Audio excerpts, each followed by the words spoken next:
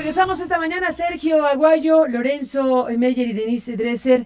Pues te propongo, Sergio, que podamos escuchar a Emilio Álvarez y Casa y escuchar para iniciar este bloque, pues tu comentario sobre lo que ha sido la presentación del ciclo, que aquí lo hemos hablado muy ampliamente, entre OHL y el PRI, que sería, digamos, la correlación de instancias que están siendo expuestas públicamente.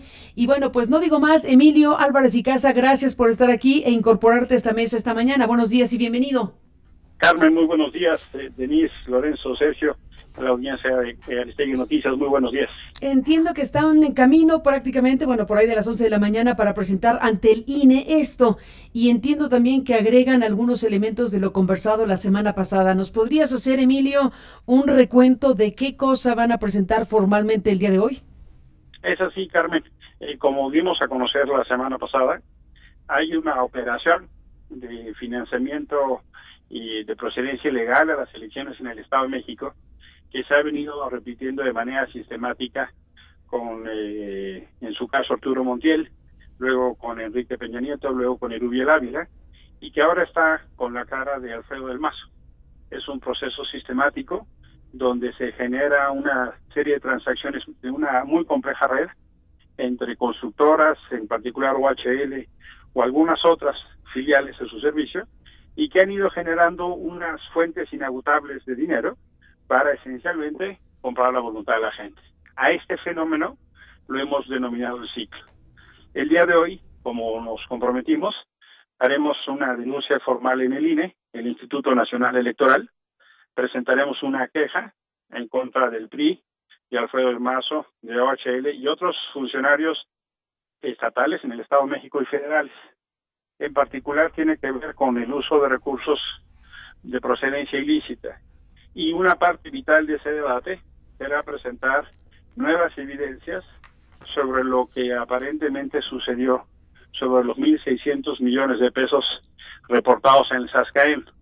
En el SASCAEM es la entidad del Estado de México que regula las carreteras, una especie de CAPUFE, pero a nivel local se llama Servicios de Autopistas, Aeropuertos y Servicios Conexos del Estado de México. Se registraron 1.600 millones en sus estados de cuenta en septiembre del año pasado, mismos que desaparecieron posteriormente, sin que se registrara en la cuenta pública, sin que hubiera mayor explicación. Vamos a presentar el día de hoy evidencia no conocida, justamente del origen de estos recursos y cómo se ha manejado, y por eso la importancia de que el Instituto Nacional Electoral intervenga, y no solo intervenga en este momento, sino que rompamos el ciclo para que eso no incida en las condiciones de las elecciones del 2018. Es una denuncia en esta primera etapa ante el INE. Posteriormente estaremos en días posteriores acudiendo a la Procuraduría General de la República.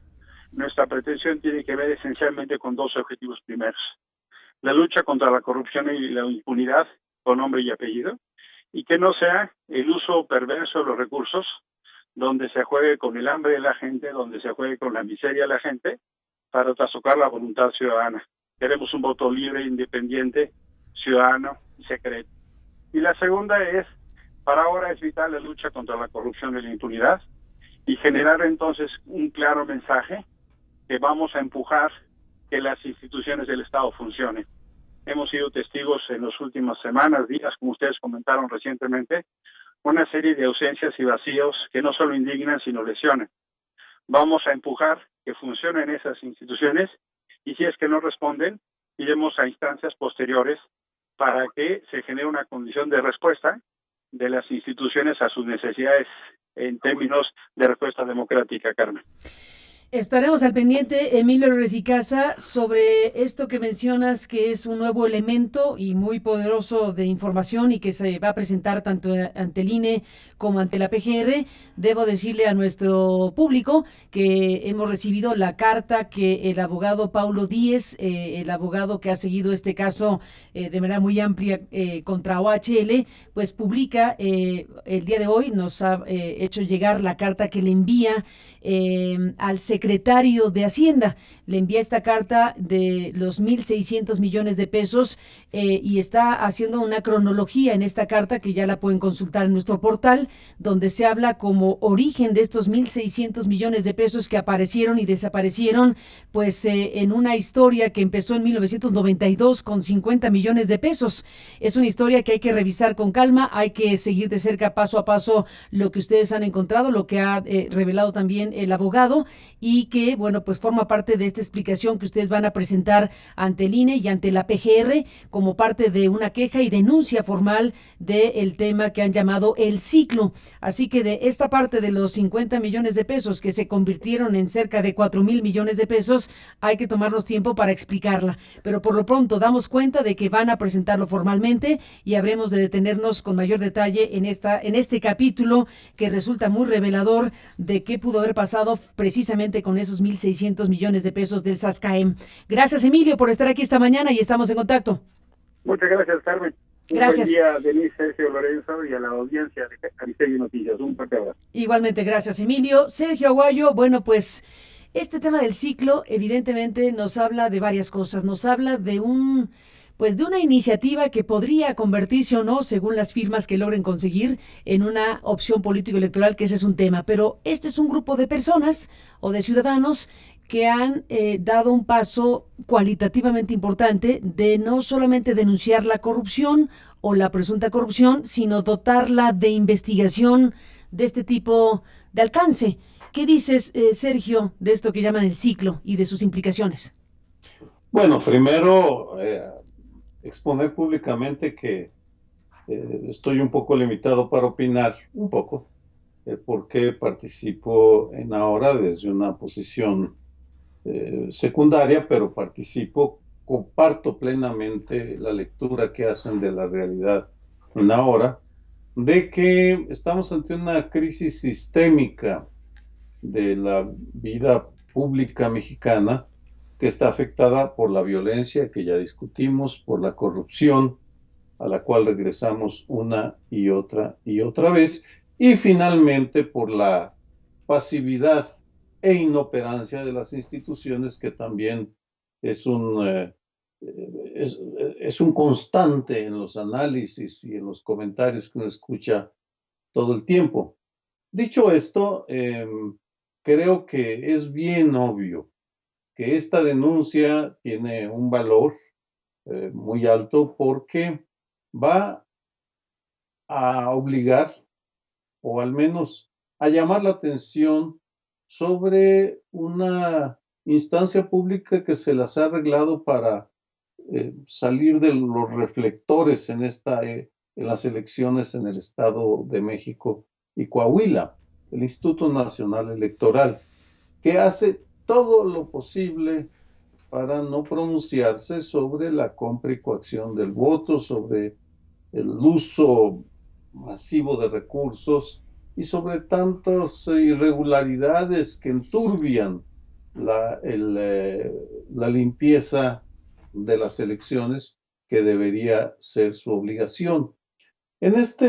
Con este asunto, presentado en este momento, a unos pocos días de que sean las elecciones en el Estado de México, se muestra un problema gravísimo, que es la complicidad entre la corrupción pública con empresas privadas. Y en este caso, una empresa española que obtiene ganancias extraordinarias en México porque ha recibido concesiones extraordinarias. Es un capitalismo de compadres internacional, frente al cual se ha hecho muy poco. Y me permito una última reflexión, que se va a disgustar al partido Morena y a los que están apoyando a la profesora Delfina Gómez en el Estado de México. Pero me parece indispensable recordarlo simplemente para llamar la atención sobre los riesgos en los que está incurriendo Morena al ponerse como objetivo la victoria a toda costa. Hubo una vez una autoridad electoral independiente, el IFE, que presidió José Waldenberg, que multaron al Partido Revolucionario Institucional y al Verde con 500 millones de pesos por la transferencia de recursos del sindicato petrolero, y que también multó al PAN por los amigos de PAN con 1,000 millones de pesos. Los amigos de Fox. Los amigos de Fox, exactamente. Se la cobraron y corrieron a ese Instituto Federal Electoral y pusieron a uno más mansito, que entendió desde el principio que había límites en el ímpetu con el cual iban a defender las elecciones. Y en esa operación resultó fundamental el Bester Gordillo, que en el 2003 era la coordinadora de la bancada del PRI en la Cámara de Diputados, en donde eligieron al IFE, encabezado por Luis Carlos Ugalde, que tan servicial se vio con Felipe Calderón durante las elecciones del 2006, acusadas como fraudulentas. Yo también creo que fueron fraudulentas por Andrés Manuel López Obrador. Ahí empezó, por cierto, la decadencia del IFE. Yo lo considero una institución patito, una institución irrelevante en la vida nacional para lograr lo que quiere, una institución castrada y domesticada. Lo que me sorprende es que esté reapareciendo el Pasteur a través de su yerno, el secretario de Educación.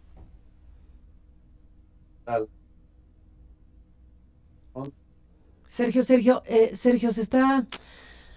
se está cortando la comunicación. A ver si cortamos y rápidamente para que termine su idea. Sé que está en la recta final de su comentario, pero es muy importante que termine lo que está comentando Sergio Aguayo en estos momentos. Duramos 30 segundos en recuperar la comunicación. Sergio, ¿me escuchas?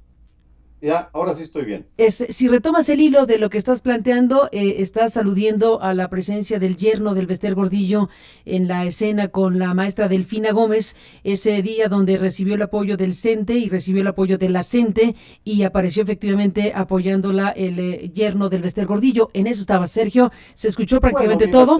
Para cerrar.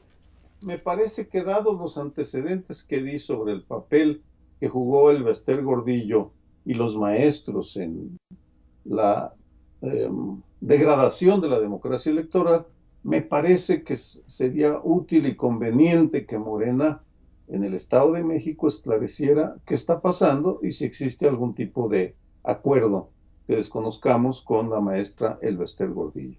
Si no, estaríamos confirmando que desafortunadamente la corrupción del sistema electoral mexicano es sistémica e involucra a todos los partidos con registro.